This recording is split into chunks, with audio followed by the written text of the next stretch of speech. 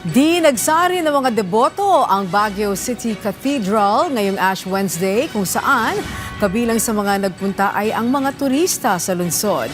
Taimtim na pagninilay at pagpapakumbaba, mensahe ng simbahan ngayon.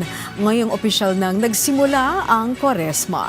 Si Jezreel Kate Lapizar ng PTV Cordillera sa sentro ng balita.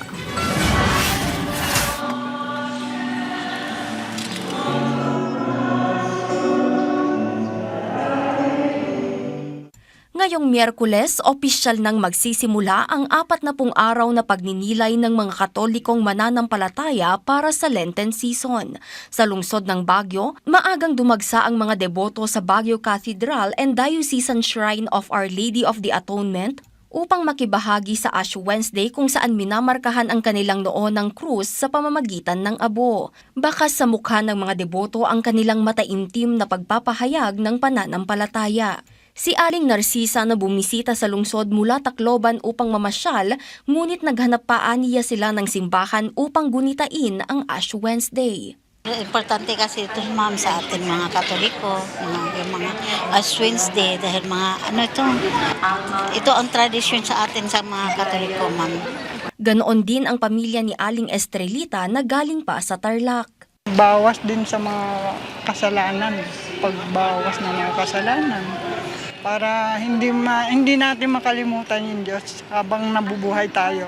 Ang abo na ginagamit dito ay karaniwang mula sa sinunog ng mga palaspas na ginamit sa Palm Sunday noong nakaraang taon. Ang krus na iginuguhit gamit ang abo ay nagsisilbing paalala ng pagiging mortal ng tao at pagsisisi sa mga kasalanang nagawa. Para sa marami, ito ay hindi lamang tradisyon kundi personal na paanyaya sa pagbabago.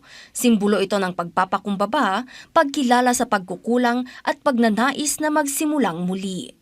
Ito ang aking pag-ibig sa ating Panginoon at dyan lang ako nananalig sa Kanya. Una-una, Lord ang nagbigay ng buhay sa atin at yan ang dapat pangalagahan natin sa ating mabuting pamumuhay, pakikisama at pagbibigayan sa lahat ng sandali.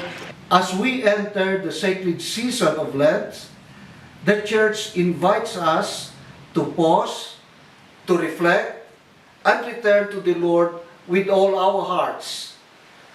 Lent is a grace-filled time, a time to pray more deeply, to fast with sincerity, and to give with love. Bagamat maaaring mabura ang abong krus sa paglipas ng araw, ang diwa ng Ash Wednesday ay inaasahang mananatili sa puso ng mga mananampalataya.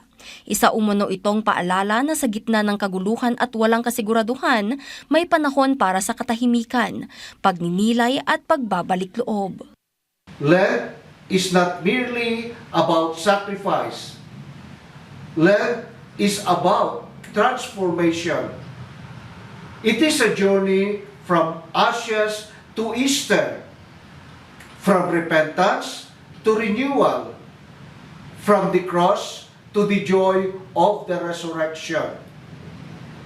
May this season draw us closer to Christ and to one another. Maghapon namang gaganapin ang misa sa Baguio Cathedral and Diocesan Shrine of Our Lady of the Atonement para sa Ash Wednesday ngayong araw.